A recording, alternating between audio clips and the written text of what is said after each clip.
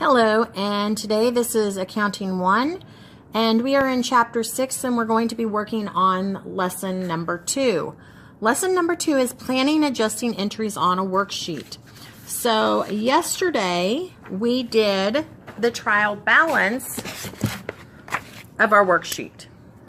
You guys can see here, this is the part we've completed, and if you remember, all of these accounts, all we did was list every account from the general ledger along with their balance. If they did not have a balance, we just listed the name and left the balance blank. At the end, we added our debits and credits to make sure they equaled. If they did, then we put the double rule under them. If they did not, we went back to find our mistake because your debits had to equal your credits. And so today, we're going to work in the adjustment columns.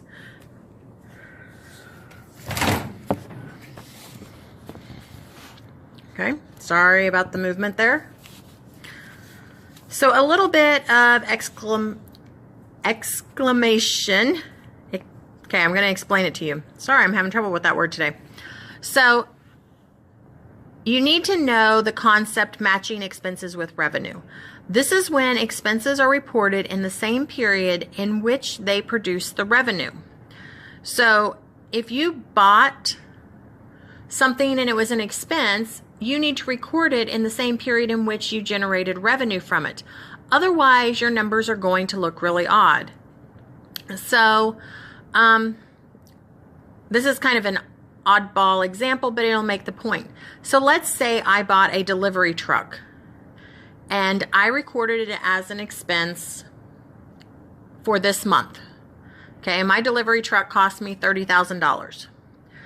Okay, I still plan to use my delivery truck next month.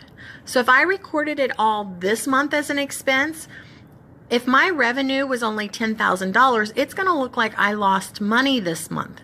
Well, I really didn't, because I'm going to use that delivery truck over several months. And so what I'm going to do then is I only want to record an expense each month for the amount of the vehicle I used.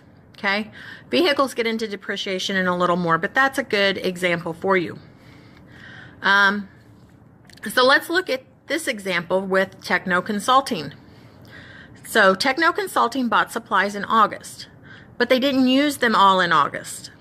We only want to report the supplies used as an expense in August.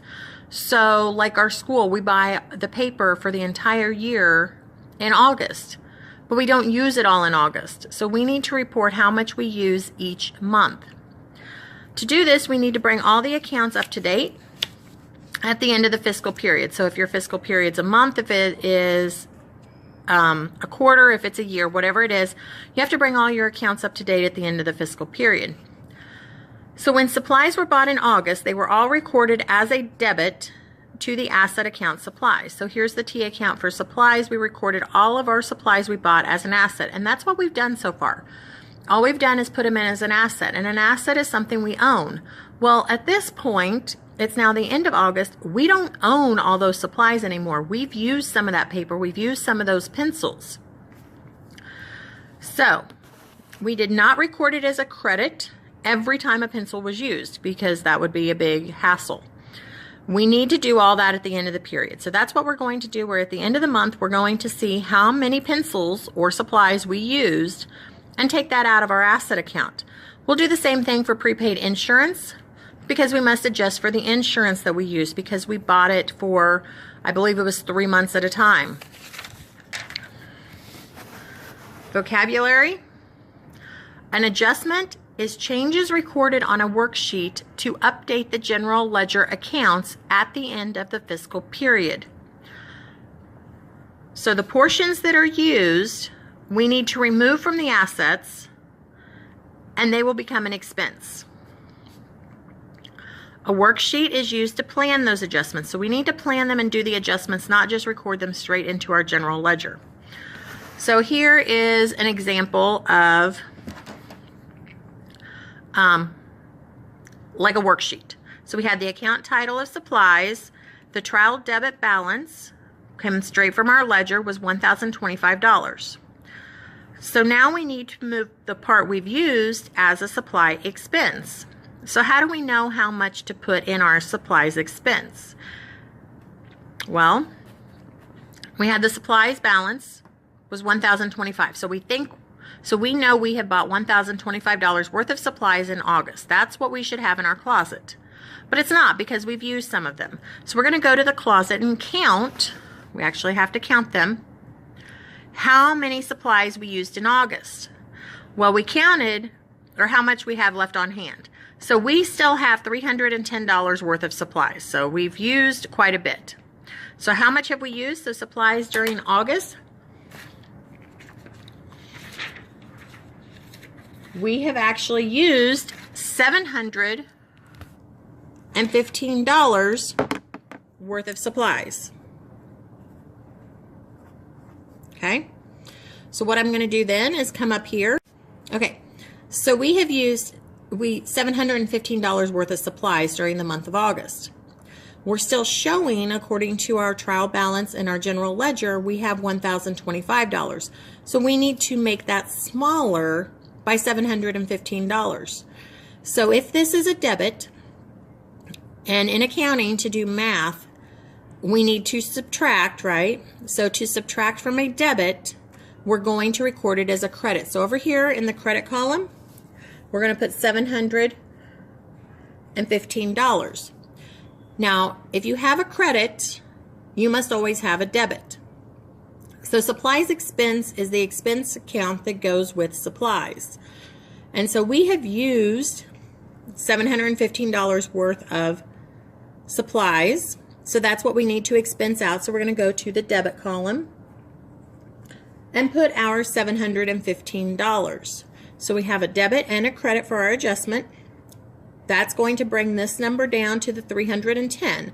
Now, we do some organization here because this is the first adjustment we've made on the worksheet. We're going to put in parentheses an A beside both of the adjustments. That way we know that those go together, because on your worksheet, supplies and supplies expense is not next to each other. Okay, so let's look at what we would do for prepaid insurance, because I said prepaid insurance was the other account that we have to adjust because we've used some of our insurance. So at the beginning of the month, here's our trial balance. It shows we have $1,200 in our prepaid insurance debit. We know we've used some of that. So here was our balance on 8/31. We showed $1,200. We still have left $1,100. So how much insurance have we used? We have used $100 worth of insurance in August. Okay, so let's come up here and make our adjustment. Again, just like supplies. We had a debit. We need our debit of $1,200 to go down to $1,100. So we have to decrease it. You decrease a debit with a credit, so we're going to put that in our adjustment column, of $100. Okay, if we have a credit, we have to have a debit. So insurance expense is the account that goes with prepaid insurance. We're going to come to the debit column because it is an expense. We've used $100 worth of insurance in August. So an expense is always recorded as a debit. And then just like before, we need to keep these two together. So for organization, we're going to put a B in parentheses next to both of those so that we know what went with what. Okay. Finally, after you record all your adjustments, and for right now all we're going to deal with is supplies and prepaid insurance. So after we record all of those, we're going to total the adjustment columns. So you're only adding two numbers in each column. Your debits must equal your credits. If they don't, see where your mistake is. And then you're going to put the double rule or the double underlines to show that you've double checked that. So to show you in your textbook what I'm talking about. Okay, here's our worksheet. Here is where we started yesterday, or left off yesterday. We had our trial balance with our debits and credits equal. Flip the little plastic page over to show today. Sorry if that reflection, see if I can fix that a little bit. So here you can see, if I can line it up, supplies We made our adjustment for $715. We put the little A next to it. We came down and found our supplies expense and put $715 in the debit with the little A. Then we did prepaid insurance. Up here was our adjustment we needed to make of $100. That was a credit. Found our insurance expense because that's the amount we used, so we need to expense that out and put the $100 here and put a B. Totaled those together. So 715 plus 100 is 815. Again, 715 and 100 is 815. Those match. We're going to put the double underline. Okay. So that is the end of section 2. So make sure that you have your vocabulary, you have your adjustments, and there's 2 audit your understanding questions. Go ahead and do those in your notes, and we will do the work together on your own, an application problem in class. I'll see you then.